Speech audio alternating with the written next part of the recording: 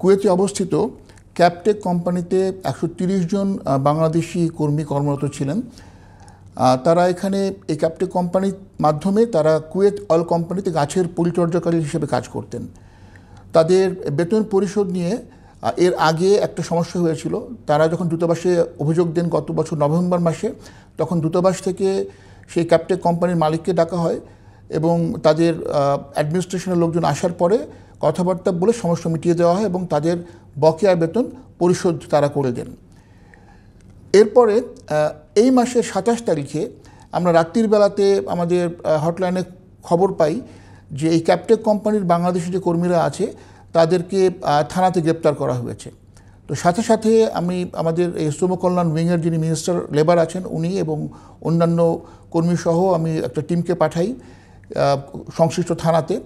সেখানে গিয়ে জানতে পারি যে এই কর্মীরা তারা গত মার্চ মাস থেকে তাদের বেতন পাচ্ছেন না, মার্চ এপ্রিল মে জুন এই 4 মাস, এবং তারা বারবার অভিযোগ করেন তাদের কোম্পানি কর্তৃপক্ষের কাছে, কিন্তু কোম্পানি কর্তৃপক্ষ তাদেরকে বেতন না দিলে তারা 21 তারিখ থেকে তারা ধর্মঘট করেন এবং কাজে যোগ দেননি। তারা এই বিষয়টা দূতাবাসে জানাননি।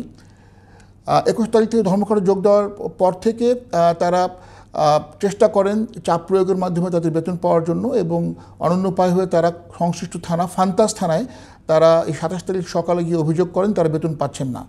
তো ফান্তাস থানা তাদেরকে বলে সবাইকে নিয়ে আসার জন্য। তাদের সাথে কিছু ভারতীয় শ্রমিক ছিলেন, কিছু নেপালি শ্রমিক ছিলেন। তো 130 জন বাংলাদেশি, ভারতীয় এবং নেপালি যারা ছিলেন সবাইকে নিয়ে এই ফান্তাস থানা তাদেরকে ডিপোর্টেশন সেন্টারে তাদেরকে পাঠানোর উদ্যোগ গ্রহণ করে।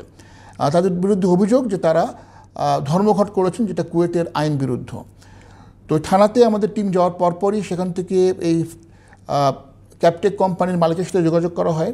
মালিক জানান যে তার যে পার্টনার ছিলেন তিনি এই শ্রমিকদের বেতন মেরে দিয়ে তিনি চলে গেছেন এবং তিনি চেষ্টা করছেন সমস্যার সমাধান করার জন্য, এবং তখন তিনি প্রস্তাব করেন তাদেরকে তখন 1 মাসের বেতন দেবেন এবং পরবর্তীতে 3 কিস্তিতে বেতনটা পরিশোধ করবেন। কিন্তু শ্রমিকরা সেটা মানে না, তারা বলে একবারে সব বেতন দিতে হবে, এবং তারপরে তাদেরকে ডিপোর্টেশন সেন্টারে নিজ নির্দেশে পাঠিয়ে দেওয়ার জন্য ডিপোর্টেশন সেন্টারে তাদেরকে থানা থেকে চালান করে দেওয়া হয়। আমরা পরদিন সকালবেলাতেই এখানে পররাষ্ট্র মন্ত্রণালয়ে যোগাযোগ করি।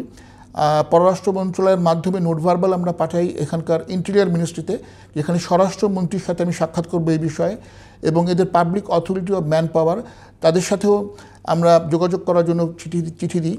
এখনও আমরা চিঠি উত্তর পাইনি, কিন্তু আমরা প্রাণপণ চেষ্টা করে যাচ্ছি, এবং মালিককেও আমরা চিঠি দিয়েছি এবং প্রতিনিয়ত যোগাযোগ করছি যেন তাদেরকে, আমাদের এই বাংলাদেশি কর্মীদেরকে যেন ডিপোর্টেশন সেন্টার থেকে ছাড়ানোর ব্যবস্থা করা হয়, তাদের বকেয়া বেতন যেন পরিশোধ করা হয় এবং তাদেরকে যেন কাজে নিয়োগ করা হয়।